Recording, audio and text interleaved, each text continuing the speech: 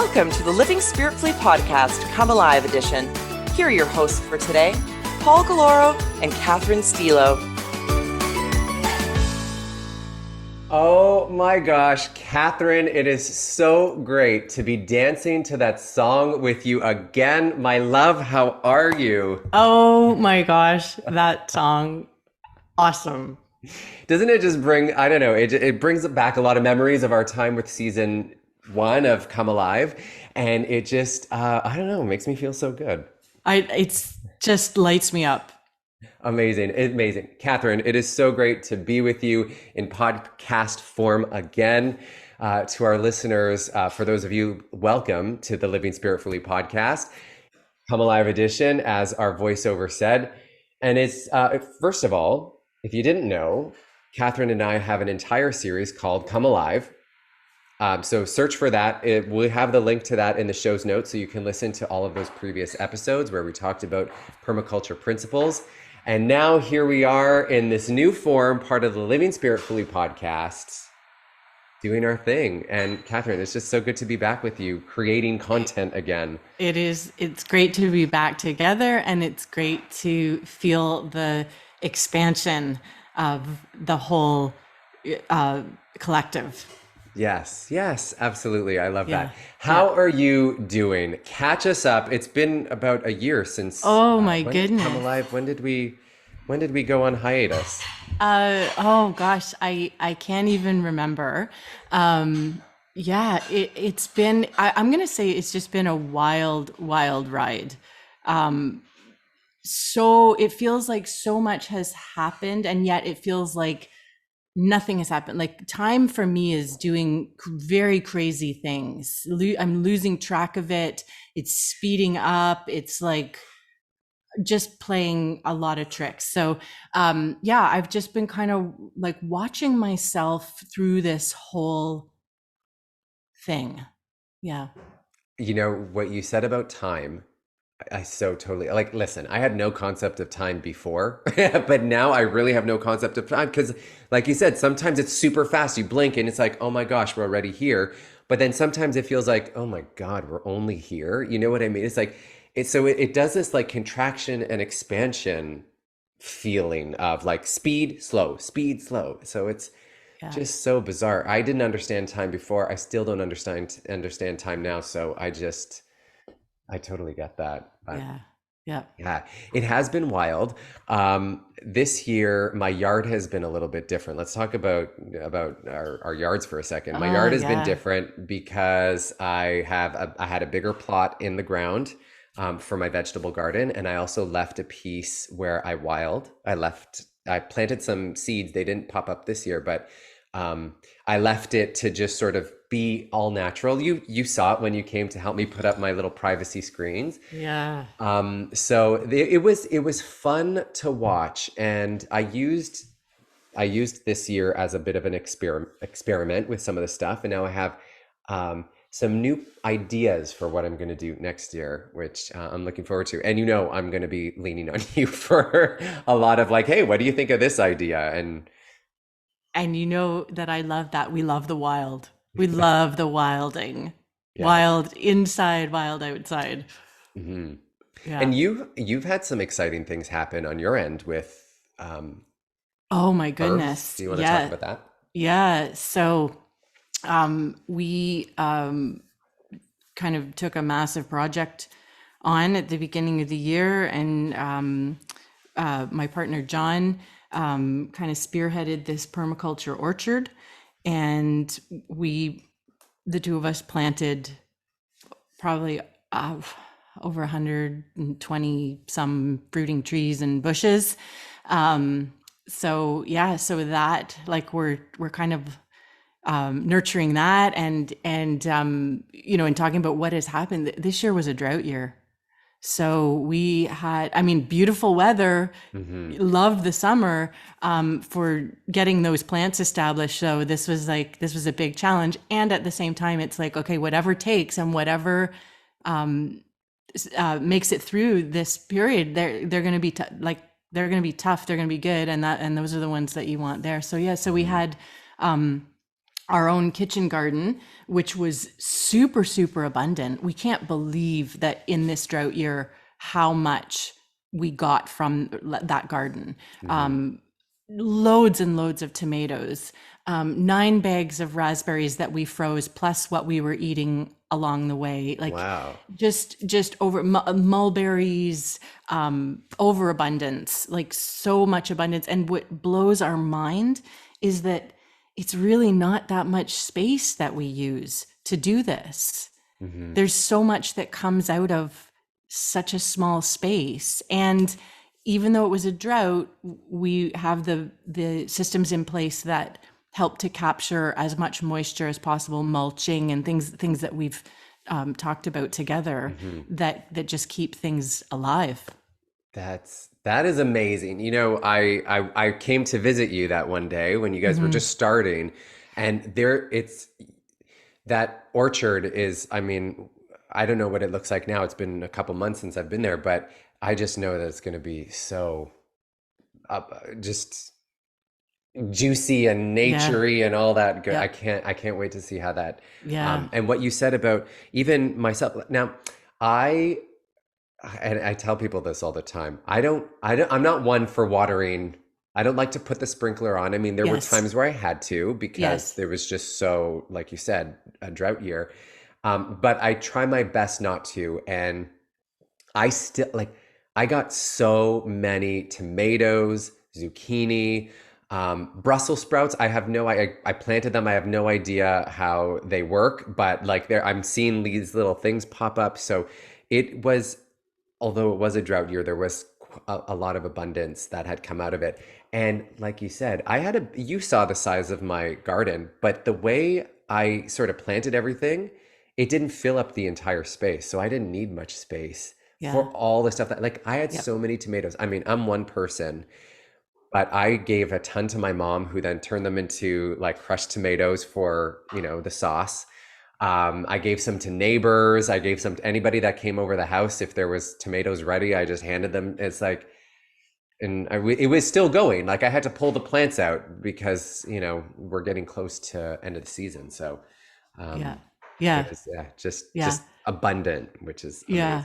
amazing. I love giving those types of gifts because they Hmm. feel really from the heart. Like this is something that we grew and now we're sharing. So yeah. Yeah, yeah, Mm. it's amazing.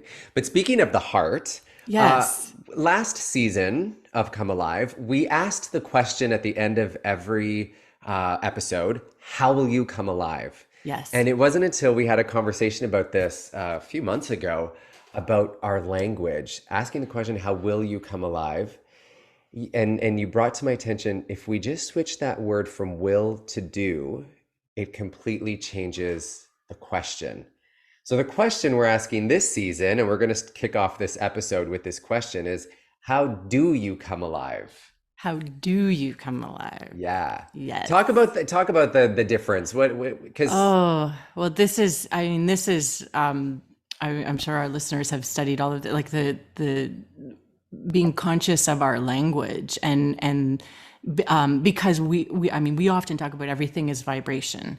So the vibrations that we put out into the world, which includes the word, especially includes the words that we use, are creating reality. These ripples of vibration are creating our reality. So if we say something, if we say will how will you come alive, it's putting it somewhere in the future. It's putting it as something that's always out there. So I kind of, the image that comes to my mind is like that carrot that's dangled um, in front of a horse is the image that comes into my mind. Mhm. Um, and it's something that's always kind of not within reach. It's always elusive, always chasing it. And as soon as we bring it into the present tense and say, how do you come alive? It's like bang, the power of this moment, and it happens. And it also is action oriented. Do is more action oriented than will. Will is like it, like you said, puts it out into the ether somewhere, but do helps you Yeah. kind of grab it and embody it. It- But what you talked about are that our words being energy. I think we mentioned that in Catch and Store Energy, our episode. I can't remember what episode number that was. I think episode number 2 of our first season. Didn't we discuss that in there? We did. We did talk about the stored, like the stored energy in that, and also in this conversation, it comes to mind as conversations that we've had about, and we've had a very similar experience with our titles, and all of these have been challenged with what what do we call ourselves? And you and I have both said, well, I've been called many things. I have been called many things. I have been called many things. Some of them nicer than others. The titles that we've held as our positions in life, and we've never felt, it's like, oh, I'm director of this or like, it just never felt like something that described who we are, and it never felt like it described who we are, and it also felt like it boxed us in. So we kind of I guess it's kind of with a little like nudge and wink and joke, we have different titles that we call ourselves, right? So what do you want to share? Why don't you go first? Because I'm like, what title are we talking about? Oh, yes. That I call myself a fellow spark of light on this spin around the sun. Fellow spark of light on spin around the sun. Yeah. And I'm a sunbeam dancing through life. Yeah. And that to me is like more reflective of the work that I do, rather than yoga therapist or soul coach or movement educator. You know what I mean? Like, I do those things, but I identify as a sunbeam dancing through life, because it's also a reminder for when I'm not feeling like a sunbeam, Yeah. Well, and because you are so much more than those other things will allow. Exactly. As are you. And on that note, how do you come alive? Let's talk about some things that bring you to life, because we will be talking about tons of different things through the season of this podcast. But let's just get right to it right now. What's bringing you to life these days? Okay. Nature and food. Nature and food. And I think the combination of growing our own, preparing what we've grown, looking for different ways to do those, and then just being in the natural world. And I do want to share that over the last year or 2 years, there's been many times where I've kind of dipped and not felt so alive, and I've found that I've had to work at it, where I think in the rest and in the other years of my life, it hasn't been that much of a challenge. It just, that aliveness seemed to be there. So I found that in this period I've had to really consciously focus and find those things. And I find if I go out into the woods, if I commune with a tree or the nature spirits, and that just does something to shift me instantly into aliveness. Thank you for mentioning that. Something that I kind of because when you talk about like having to really work at doing these things that bring you to life and keep us alive, I get that 1,000%. But something that I kind of realized was, where I thought I was alive before, like bursting with life and all of that stuff, this period that we've had in the last 2 and a bit years has given me pause and reflection. I wasn't as alive as I was just like doing. I was busy. I was all over the place. That, it kept me going. And sure, I was alive, but I wasn't full of life. If I reflect on it. And I think this period has, for me personally, made me realize, there are so many more ways that I can come to life. There's stuff that I'm doing that is bringing that, but there's other ways that bring me to life. And they have been challenging. Like you, I love to be out in nature, and update, I have a little puppy in my life right now. So last time we spoke on podcast form, he wasn't in my life, but he is now. And he's been taking me outside, right? Like he needs to walk. Otherwise, he's going to rip apart. He's already eaten some of my baseboards, and he loves to put my shoes in his mouth and, whip them around and throw them around the house. But I got to take him out, but I haven't been deep in the woods because he's a little guy. As much, and I feel that it's nice to get out and be in the sunshine or in the fresh air, but there's something about those trees that do bring to life. So I feel that. Yeah. Looping it back to something that I heard you just say about you were there were things that you thought you were alive, and then you realized that it was like the doing. It wasn't really that feeling of aliveness. And I've noticed in my own life there's almost like I'm going to call them watchouts, or like pitfalls, that there are things that I think I think the energy feels like aliveness, and yet it's not. And I'm going to throw like a few things out there. So like you mentioned the busyness. So in several roles, there was lots of times where it was like very heady. There was lots of like rushing here and there and there. And yes, it's a feeling of like it's a feeling of energy, but it's not a sustainable feeling of energy. Like it's like an energy that feels alive, and yet it's like exhausting me. So that's not truly alive. And yet when I was in that, I thought that was feeling alive until I stopped that and started being and felt what it actually means to feel alive. And then, other things that we can get caught up in, the gossiping, the drama, like those give a very false feeling of aliveness, but it's like it appears that it's real, and yet it's not. Once I unraveled myself from all of that and was like, whoa, this is masking that same energy that like this is a pitfall or a watch out. So yeah, so it's interesting that you mentioned that as well. Yeah.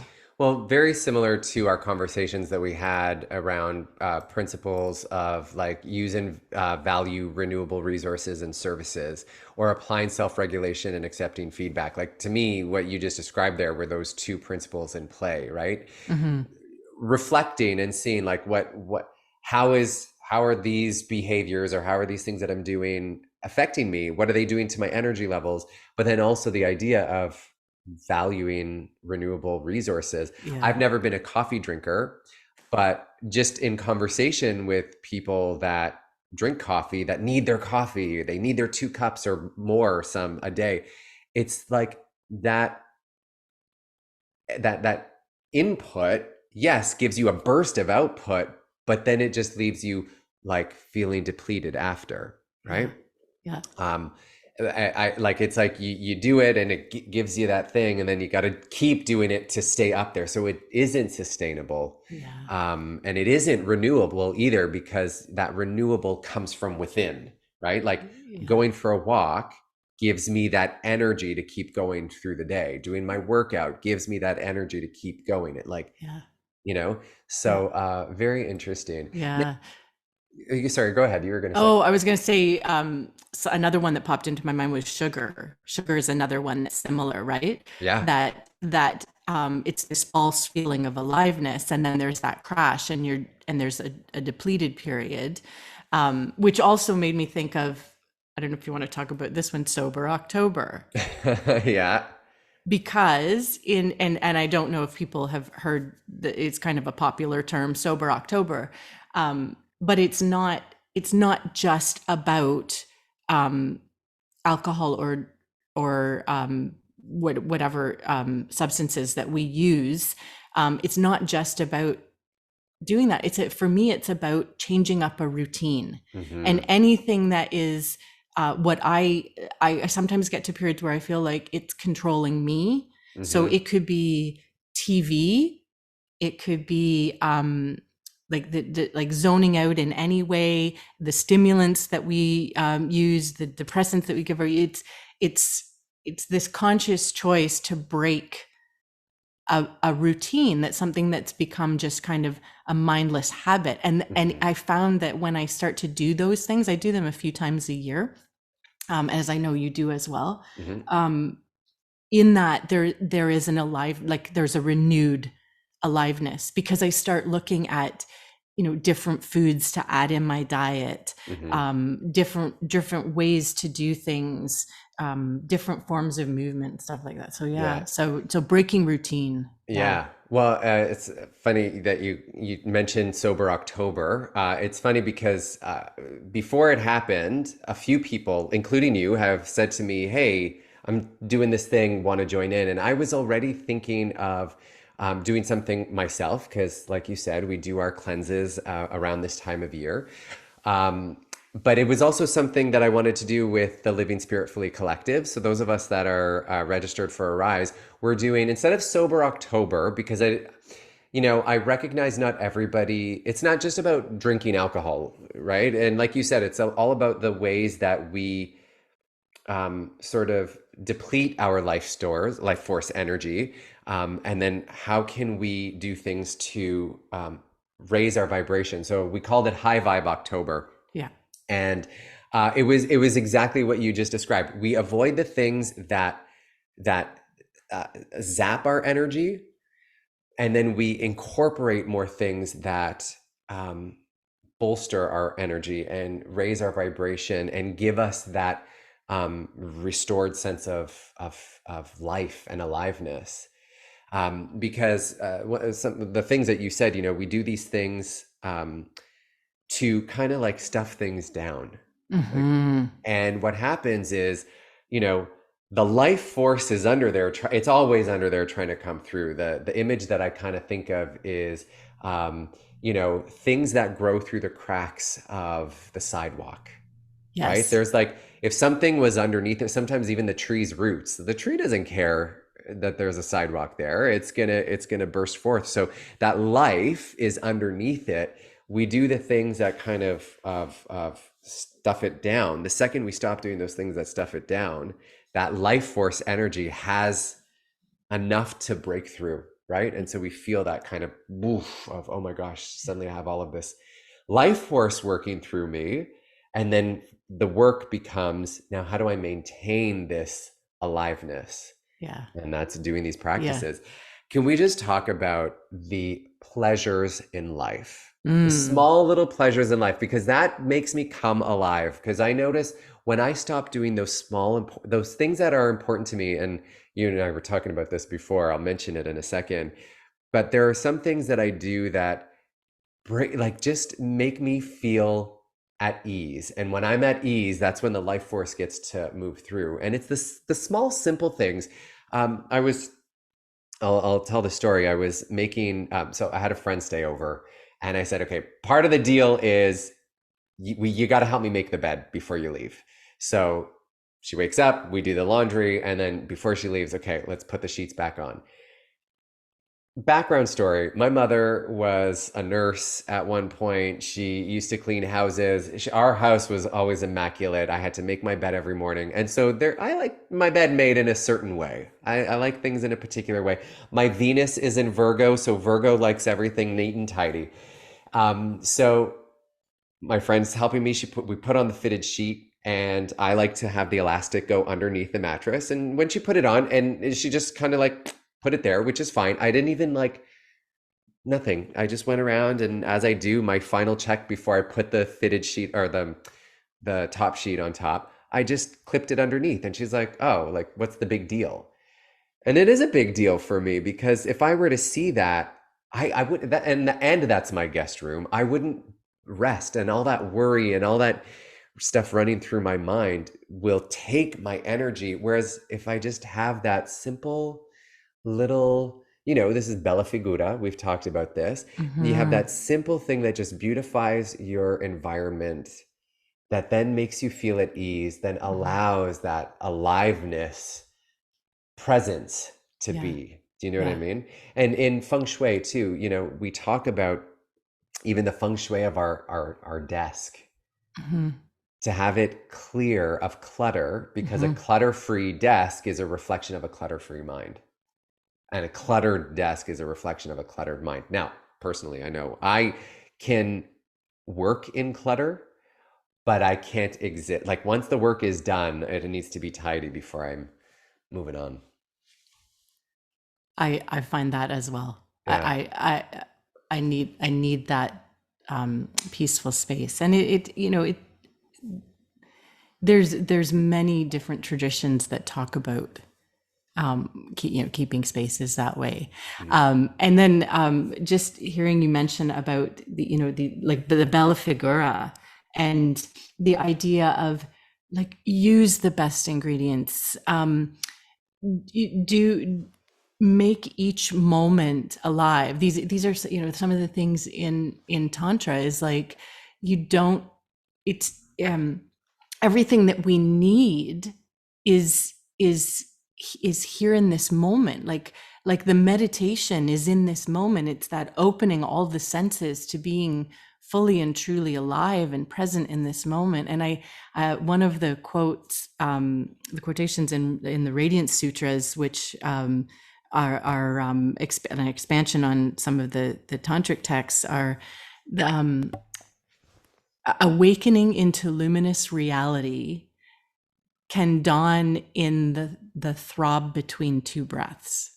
Mm.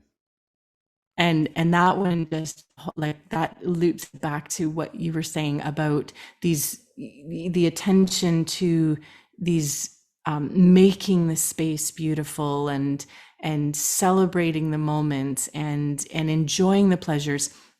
So yes, we do these kind of cleanses and reboots at different times of the year. It's also recognizing that it's a balance. So Hmm. enjoy these things. Just I find there there's there's a balance. It's like I enjoy it, and then, oh, has it taken over my life? Is that thing now controlling me? And then bring it back to the reset of like, okay, now this is a pleasure Hmm. for me, Hmm. and doing it in balance. Yeah. It's that fine line, and you mentioned it earlier. It's that kind of fine line between where am I in control of this, and then where is this in control of me? Exactly. Because I mean, listen, I can go balls to the wall in anything. I let more lots in your face right now, forever and ever. Yeah. But it's not Yeah. always good. Like for example, music brings me to life. It doesn't matter if it's an upbeat song or a slow song. It makes me feel, and I love it. But I can love it so much that I'm literally listening to something all the time. I got my headphones on. I'm taking my dog for a walk, and I'm missing the sounds of nature. But it's just so concentrated of music, music, music that it doesn't become fun anymore. But then also my brain is just like isn't able to relax because there's always something going on. So again, it's like how do we do that intimate dance between, okay, this is too much or maybe it's not enough, and how can sometimes it lead and sometimes I lead, but never one being in domination of the other. I Yeah. don't know if that makes sense, Yeah. but Yeah. yeah. Yeah. And music is that vibration again. There it is, Hmm. right? That, Yeah, yeah. and the Yeah. stuff that music makes my body want to do, Mm. it's a Mm-hmm. dance, right? So Mm-hmm. that's why I love fitness classes. I've always thought of fitness classes, whether it's something that you're working with a barbell or you're just doing like, high low impact cardio or whatever, just moving your body with or without resistance, just doing it to music. Group fitness has always been like a choreographed dance for me, Me right? Because too. you get into the, even if it's like you're doing your chest press and you get into the rhythm of the music and you're like boom boom boom, and you're doing your thing. There's something that the movement does. I totally understand that one. Yeah, and that resonates very deeply with me. I too group fitness, the more dance based, like oh god, old school 80s like high impact was Oh, I totally was there and loved it. And then I kind of morphed into the more dance based fitness, but always like there's the energy of that group there hmm, that is just kind of it's feeding it's it's feeding off each other and blending into this beautiful, yeah.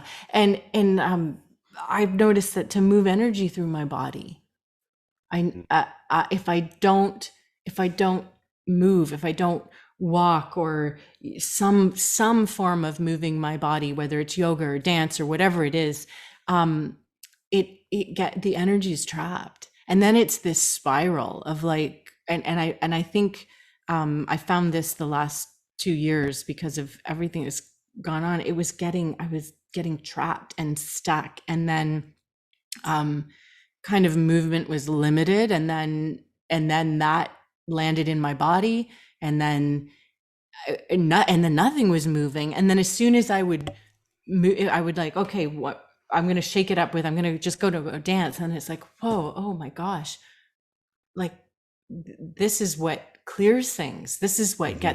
gets it going again. Yeah, because Yeah. it's that stagnant energy when that just stays in our body, that over time will develop to, like if you even think about it, like when you injure yourself, for example, Mm-hmm. and then you start to favor that injury, so Mm-hmm. you're moving in ways that it doesn't hurt, it Mm-hmm. creates a stagnancy of energy, and Mm-hmm. also, scar tissue starts to develop, etc., that then affects the flow of energy. So even, and listen, I'm not saying if if you're injured, take your breaks and rest up and stuff, but then get back into that movement within your range of motion so that you can always constantly have, because life works in cycles. It moves in circular lines, if you will, right? We Yeah. when we talk about Chinese medicine, it's qi. Qi moves in spirals.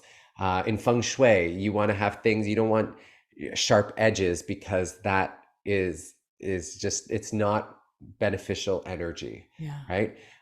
So having that movement obviously will do such great things for the body, and Yeah. changing that if you're feeling kind of like slumped, and just gives you that burst of life. Mm-hmm.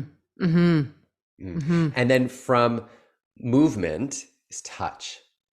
Yeah. Like from moving the body, the energy around with movement, but then also touching, whether we're touching ourselves with Mm-hmm.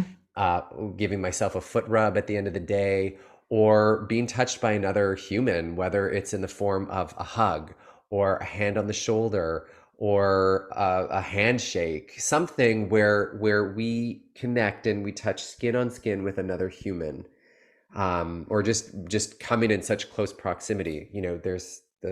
There's what is it, 20, we need a minimum of 20 hugs a day, Yeah. to Yeah. because there is a chemical release in Yeah. touch.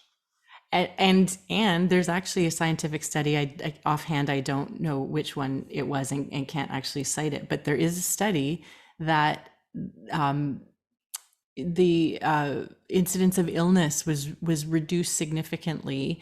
I don't want to throw out a number because I might get it not quite accurate, but it was like a significant reduction in um, or let me rephrase it. It's a significant boost in immunity Mm, when there's touch, when there's hugs. yeah, Um, yeah, yeah, yeah, absolutely, yeah. absolutely.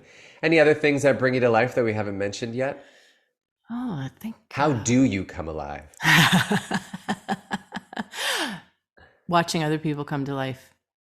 Ah, I love Watching, that. like when I've encountered people who are their authentic self, living their passion, that lights me up, and I feel inspired to go and do it myself. Like go and do my um things that, yeah, yeah, Yeah. Oh, yeah. I told in the podcast episode Heart to Heart last week with Crystal Eves, she mentioned that the question that I asked her, what makes your heart sing? And to me, that kind of is side by side with what how do you come alive? She said, human striving, seeing people do great things is what makes her heart sing. And Yeah. what you just said there. Great works of art, great culinary creations, watching high performers. It's all, yeah, yeah, Mhm, mhm. yeah. Writing. As a Mm, writer and a reader, I love when you can tell somebody has written something that just they poured their heart and soul into, and it brought them to life. hmm Writing that piece, you can feel that. hmm You can definitely feel when another person loves what they do. Yeah, yeah. Yeah. And a good story. A good Yes. story that illuminates a part of humanity that then I can relate to, learn from. That's another one. Yeah. Yeah. Oh my gosh. Oh It's yeah. amazing. I mean, I'm keeping an eye on the time here. There's Yeah. so much more that we can talk about, and we will over the course of our of this new season of Come Alive, the Living Spiritfully podcast. So, do you want to mention some of the things that are making this season a little different than or similar to last season? Yeah. Yeah. I feel like this season percolated for a long time. Yeah. We both operate in spirit led. So it was like, we're not just going to do something just to do it. It's got to really feel inspired. And I think we had a breakthrough moment not too long ago, where we were, and it was something else entirely we were talking about. And what you had said was you look to the stars for inspiration. It's And then true. it was like, I had the realization, I was like, I look to the earth for inspiration. And then we were like, oh, there it is. There it It's is. that harmonization. It's looking to the stars and looking to the earth. Hmm. Yeah, absolutely. Yeah. And you know that brings it back to me what living spiritfully is about is being heart led. And Mhm. the heart, energetically, the energy heart center is that union between the physical and the ethereal. So it's that space between heaven and earth, if you will. Yeah. And that's the heart space that we bring here in Come Alive. You're bringing the earth inspiration. I'm bringing the heavens inspiration. And it is um, inspiring us to hopefully inspire others that are listening to also find what makes them come alive. And I think we did an episode in where we talk about using those intersections, and that's where the magic happens. The magic Mhm. happens in the edges where these two worlds meet. And then our big realization that being in this human form is that dance of this intersection between the animal world and the divine. And that's Right. magic. Yes, that is Yes. magic. So we're Yeah. going to explore the earth inspiration and the star inspiration and play in the margins. And of course, we're always going to have our own work. Yes. So Yeah. definitely things to look out for. So let's have a little homework reflection here. You want to share anything for homework? I would love to hear, how do you come alive? Yes. And so, listeners, take some time to reflect on that. How do you come alive? And then go over to wherever you're listening to this. There is a link there in the show's notes for you to leave us a voice message and let us know, how do you come alive? We may play it on the show, or we may just listen to it and use it as a topic of discussion. You can also go to the Living Spiritfully Collective at livingspiritfully.com. Join the collective. It is free, and you can be part of the conversation there, and not only hear about our conversation about what makes us come to life and what you are doing to come alive, but there are other conversations happening there as well. So be sure to check that out at livingspiritfully.com. All that information is in the show's notes. We are meant to thrive. How do you come alive?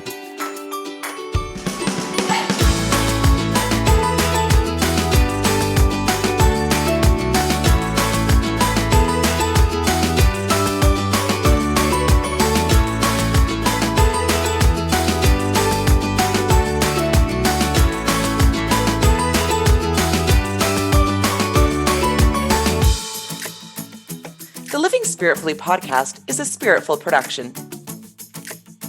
Executive producer, Paul Galoro. Co-producers, Claudia Miko and Catherine Stilo.